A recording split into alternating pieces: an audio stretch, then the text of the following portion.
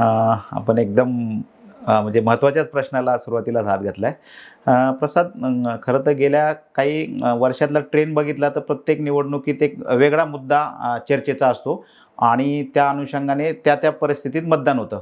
म्हणजे साधारणपणे मी 2008 पुणे महापालिकेची निवडणूक आणि त्याच्यानंतर सगळ्या विधानसभा असेल, लोकसभेच्या निवडणुका बघितल्यात. तर मला एक प्रकर्षाने जाणवलं की 2014 नंतरचा एक ट्रेंड निवडणुकांमध्ये पूर्णपणे बदललेला आहे. म्हणजे ज्यावेळेस पंतप्रधान नरेंद्र मोदी सत्तेवर आले आणि ती ज्या 2014ला आपण देशात मोदींची लाट बघितली, ती लाट सलग 2014च्या लोकसभेला बघितली, तीच विधानसभेला बघितली आणि ती 2017च्या महापालिका निवडणुकीत बघितली. म्हणजे जो भाजप महापालिकेत 2012ला 26 जागांवर म्हणजे निवडून आल्या होत्या, ते 2017च्या निवडणुकीत थेट 98 जागा, म्हणजे शतकच जवळपास पूर्ण केलं होतं.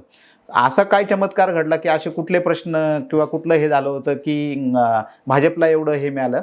तर त्याचं उत्तर फक्त एकच नाव होतं की पंतप्रधान नरेंद्र मोदी.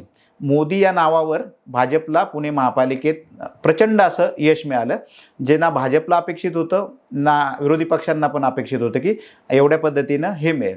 आता आपला मूळ प्रश्न आहे की कुठल्या मुद्द्यावर हे म्हणजे कुठले मुद्दे महापालिका निवडणुकीत हे होतात किंवा कुठल्या मुद्द्यावर मतदान होतं. आपण आत्ता सलग 2 निवडणुका आत्ता पाहिल्यात, म्हणजे 3 निवडणुका बघितल्यात. एक आपली महाराष्ट्रातली विधानसभा निवडणूक, त्याच्या आधी देशाची लोकसभा निवडणूक आणि काल परवा झालेली बिहार विधानसभा निवडणुकी. तर तिन्ही विधानसभा निवडणुकीतला एक कॉमन 2 प्रामुख्याने फॅक्टर बघता येईल.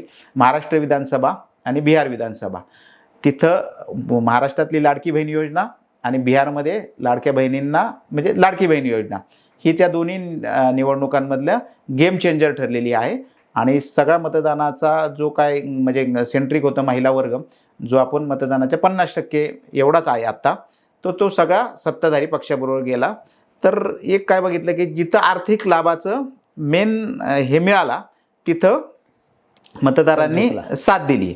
आता याच्या पलीकडे निवडणुकीत अनेक प्रश्न असतात. खरं तर ही निवडणूक आपण महापालिकेच्या प्रश्नावर बोलतोय, स्थानिक प्रश्न होती. इथं काही देशाचा कायदा ठरणार नाही आहे किंवा आपल्या राज्याचंही सरकार ठरणार नाही. तर तुमच्या प्रभागातला नगरसेवक कोण निवडून येणार, तो आम्हाला किती अप्रोचेबल असणार आहे, तो माझ्या भागातला प्रश्न सोडणार आहे.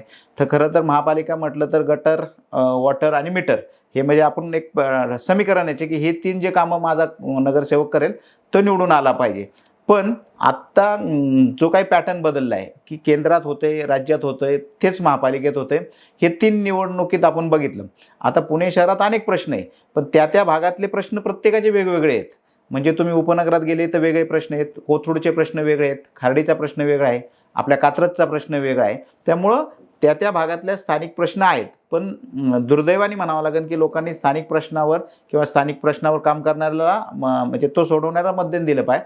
पण तसं होताना दिसत नाही आहे. निवडणुकीत कुठला तरी एक मुद्दा येतो आणि त्या दिशेने ही निवडणूक भरकटती, असं गेल्या काही निवडणुकीतला एक चित्र दिसून येते.